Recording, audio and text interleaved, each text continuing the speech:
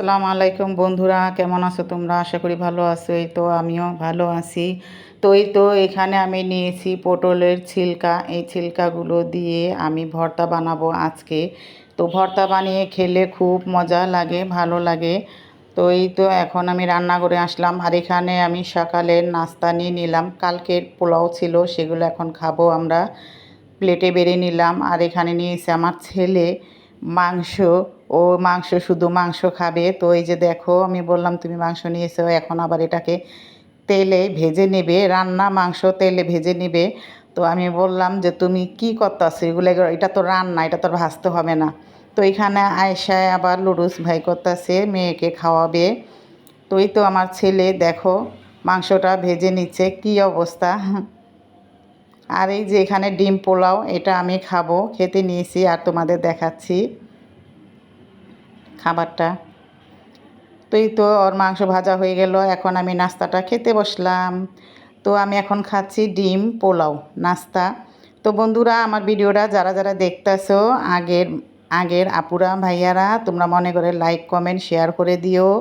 আর যারা নতুন বন্ধুরা আপুরা ভাইয়ারা দিদি ভাইয়ারা দেখতেছো, তোমরাও লাইক কমেন্ট শেয়ার করে দিও।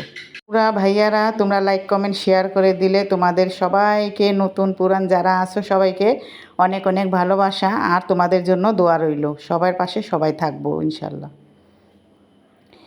এখানে আমি এখন ঘরগুলো পরিষ্কার করব, বাহির থেকে কাপড় নিয়ে আসতেছি।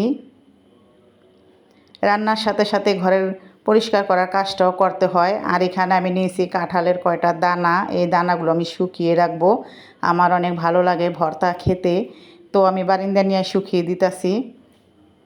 আর এখানে আনছি শিং মাছ, এই শিং মাছগুলো রান্না করব। আর দুপুরে রান্না করার জন্য পেঁয়াজ, মরিচ, কাঁচামরিচ এগুলো সব কুটে নিচ্ছি। রসুনও ওই যে ভর্তার জন্য নিয়ে নিলাম, আলাম রসুন।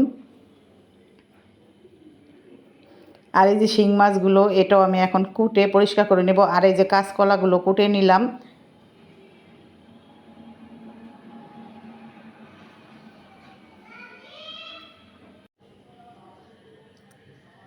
তো আমি পেঁয়াজগুলো এখন কুটে নিব।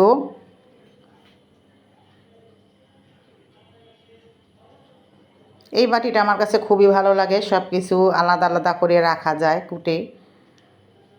আর এখানে দেখো পেঁয়াজ কেটে আমার অবস্থা কি হয়েছে, চোখ দা পানি আর চোখ জ্বলতাছে। তোমাদের একটু দেখাইলাম। দেখো, মানুষে মনে করবো যে আমাকে মারছে। এই